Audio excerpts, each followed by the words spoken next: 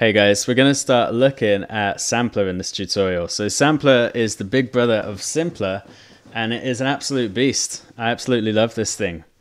So there's a lot of different functionality that you can get out of Sampler. First thing you'll notice when you load it up is it will say drop sample here. So what I'm going to do is create some kind of a pad sound. And these are lead synths. These are in your samples library. So I'm going to take an F note. Here's an F sharp 3 of a lead synth. We're going to drop that in, and it says the root key is C3. If we listen to the root note of our pluck,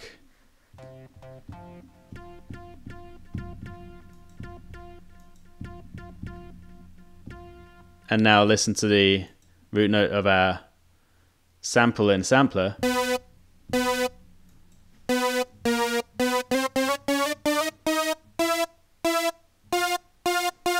we can change it there using the root key setting.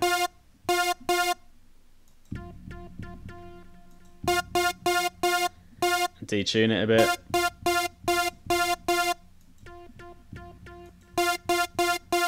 Okay, so that's how you tune a sample, just using the root key and detune buttons there. Now, we are in the sample tab. You'll see that we have a zone tab here. I'll look at that later.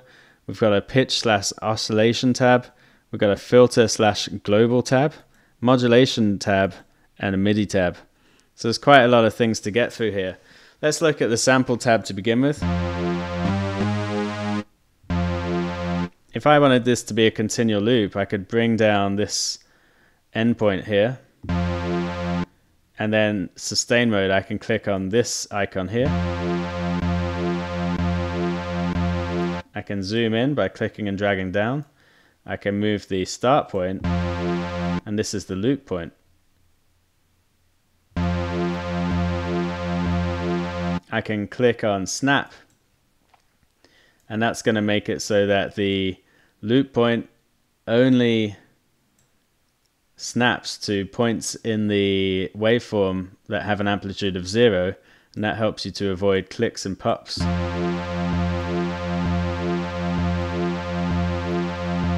The endpoint is also snapped now. Okay, so that's a really cool function.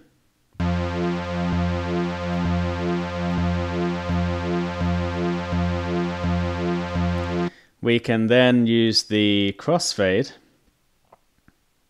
to crossfade between the start and end points and the loop point.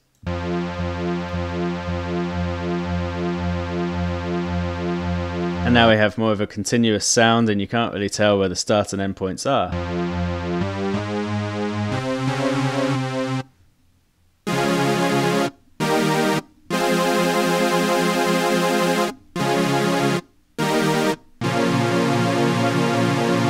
So that's really cool. You can loop it so it goes forwards then backwards.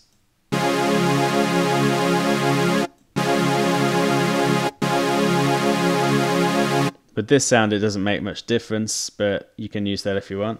We have the link button here, so when that's enabled, the start is set to equal the loop start. We don't need to use that in this case. We have scale. So this is a key tracking scale, and the relationship of sampler's pitch to the pitch of incoming MIDI notes.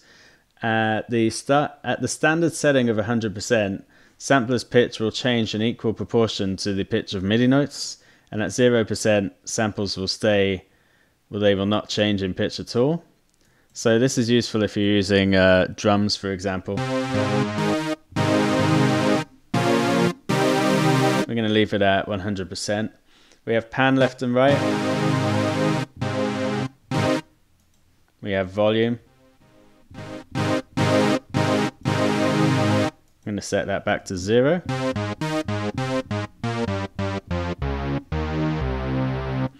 We have different release modes here. So this one is off currently. If the sustain loop is on, then a separate release portion of the sample can be enabled here. And the modes are off, on, loop, and loop back and forth.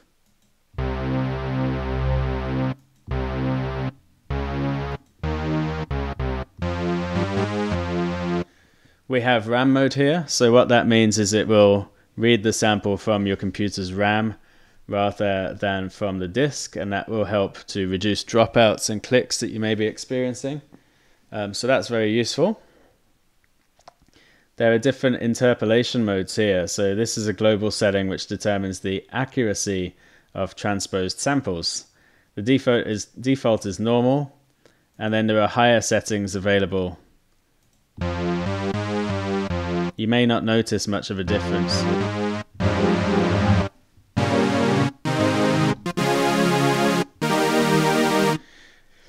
Okay, so you can set the sample start, sample end, loop start, and then the release loop here.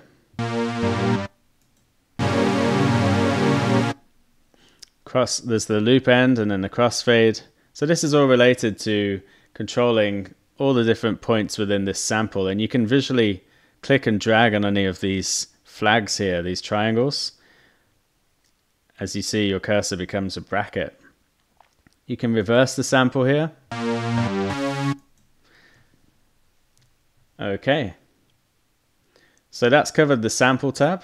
Next we have the pitch/oscillation tab. So when you enable this mod oscillator, you'll see we have frequency modulation here. It works in a similar way to operator. So we have an envelope controlling the amplitude of the frequency modulation here. And then we can set the initial, we can set the peak, the sustain level, the end level, the release speed, the decay time, the attack time. And then what you can do once you've set that, or you can set it later, is you can choose the waveform that you want to modulate the frequency of your sound. Let's go with a sine wave. You can adjust the coarse tuning of that sine wave and the fine tuning of it, and then you can boost the volume of it.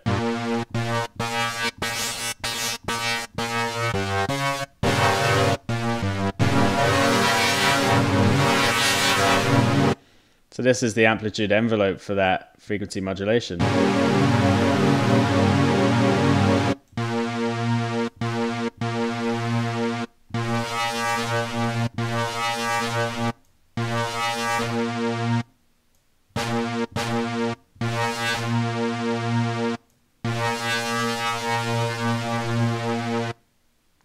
Okay, so you get the idea of how this works. We then have next to it amplitude modulation. So you can modulate the amplitude of your sound.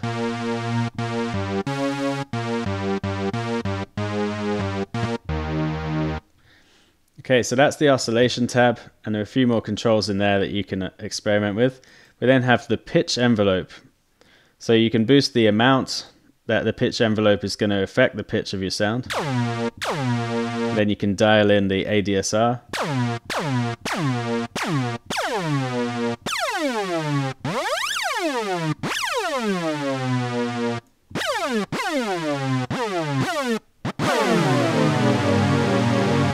Okay, so you get the idea of how to use the pitch envelope. That can be really cool. We then have spread, which gives extra stereo width.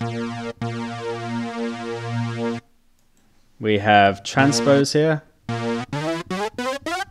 in semitones up to plus or minus 48. Detune in sense.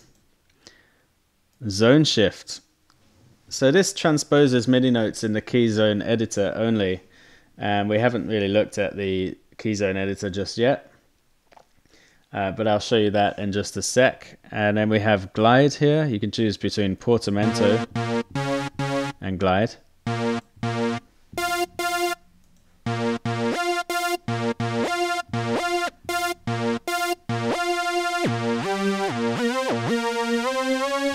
And set the glide time here.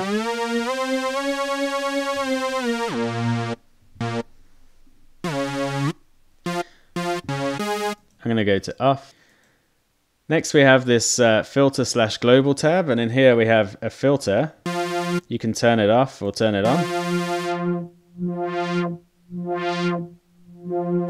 We've got frequency, resonance, we've got different types, and we've got this morph function. watch what happens as I adjust this. We go from a low pass to a notch to a high pass to a band pass. Check out how this sounds.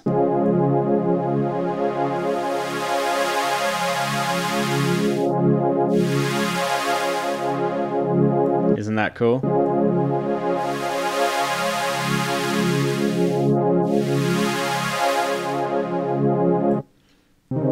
So that's a really awesome feature.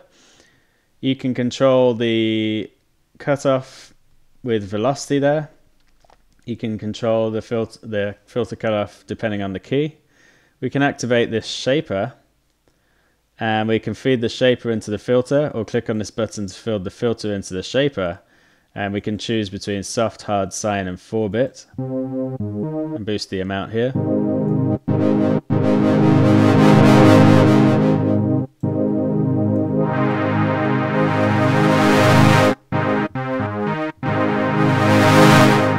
So it gives it some nice soft distortion there. That's hard distortion. Okay, soft shaping here. That can help to bring out your sound. We then have a filter envelope, which you can turn on and off. Boost the amount here.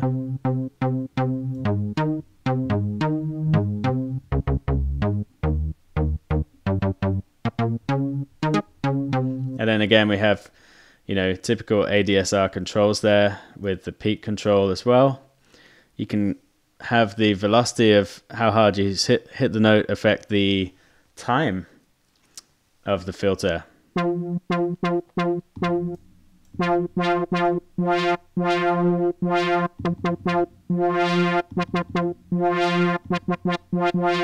Okay, we'll set that back to 0. To the right of the filter tab or filter area, we have the global area. So we have the global volume here. We have velocity to volume. How velocity sensitive is this sound going to be? We have the ADSR controls for amplitude.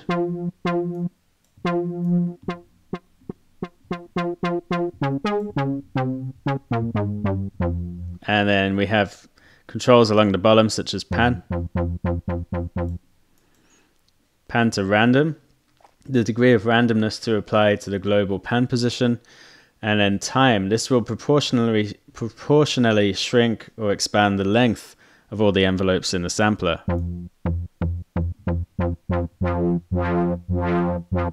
Globally. So that's very cool to dial that in.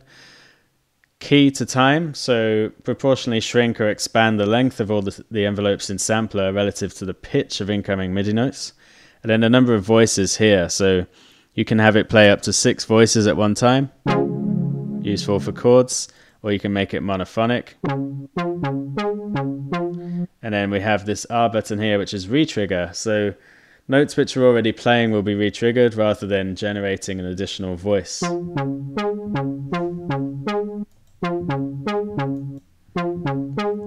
Turning this on can save CPU, especially if a note with a long release time is being triggered very often and very quickly.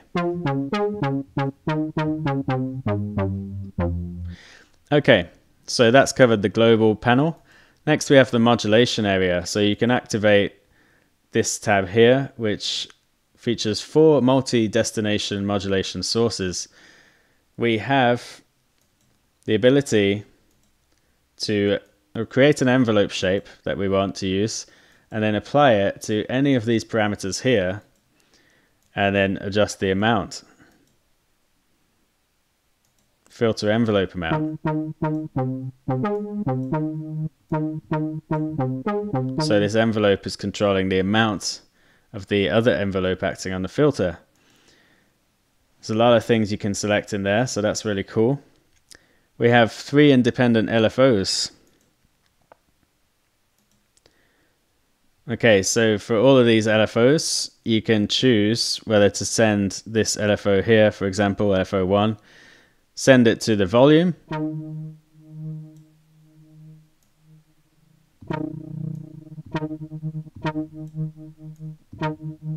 let's actually just take off the filter for now so we can hear more clearly what's happening.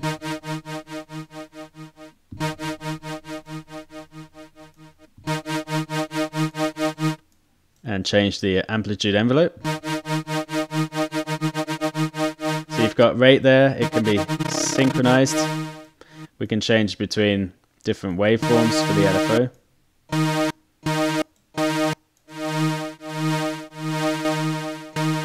Saw down, saw up. Okay, re-trigger on or off. Send this to the volume, to the pan, to the pitch, or to the filter if the filter's turned on. Same with LFO2. But with LFO2, you can send it to any of these destinations. A and then B independently. Same with filter LFO3 as well. And then in the MIDI tab, we have destination A and destination B, and you can say, I want the key that I play to have an impact on the pitch, for example. Well, that wouldn't make much sense, but to have it have an effect on the filter frequency. And then you can control the amount there up to plus or minus 100. So for this to work, you would need to activate filter frequency.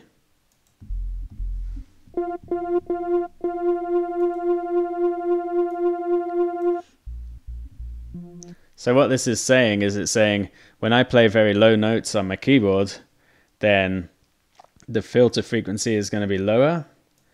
And when I play higher notes on my keyboard, the filter frequency is going to be higher.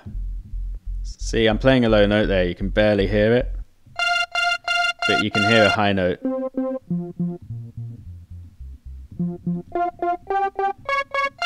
So that's pretty cool. Velocity, you can say the same thing for velocity. Depending on how hard or softly you strike a note, that can have an impact on any of these parameters. Offset velocity, and aftertouch, mod wheel, foot control, pitch bend.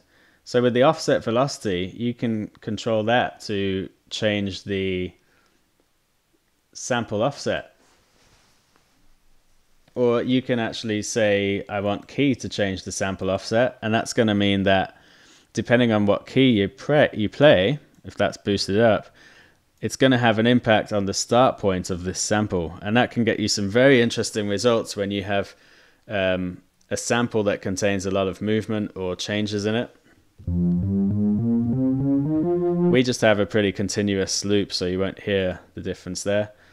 And that is an overview of sampler. Next we have the zone tab. So you'll see that we have here key zones. And we've already covered key zones when we looked at instrument racks. And you can go back and watch that tutorial if you're unsure about this. So with the key zone editor opened, you'll see that we are able to adjust this sample and make it so that this sample will only be heard if you play notes between this range and this range. And you can make the velocities attenuated with this upper fade control. We can turn this sample on or off, and we can solo it. And so this way you can get fading between different samples. If you load up different samples in this sampler, for example, here's another sound. I can drag it into there, and now I can adjust what keys this can be heard at. And the fades as well. There's a Tron lead. And these are all just, they come with my instance, my version of Ableton Live Suite. You'll probably have them as well.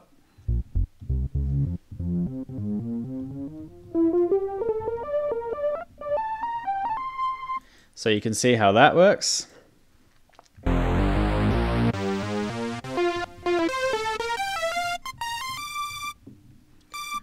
Okay, so lots of fun with the zone editor there. In addition to key zones, we have velocity zones again, and you can set the velocity for each sample. So you could say, this sample here, I only want the velocities between, say, 15 and 49 to trigger this sample and let it be heard. And you can use fades again there, so get some interesting results there. And then we have a chain selector. And we looked at this when we covered instrument racks as well, and we talked about zones there. So you could map this to a macro, for example, and move this orange dial around as a melody is played. And that's exactly what we did in one of our tracks here.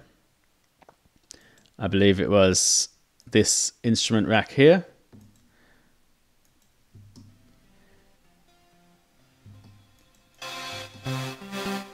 You can see that the chain selector, this orange little rectangle, is moving around. It's being automated. So you can do the same thing with sampler, which can get you some great results. Again, we've got fades there. We can overlap these areas, and you can have hours of fun creating some really interesting sounds using these zones. Awesome. Okay, so that has pretty much covered everything in sampler, and we will move forward and look at other instruments available to us. See you in the next tutorial.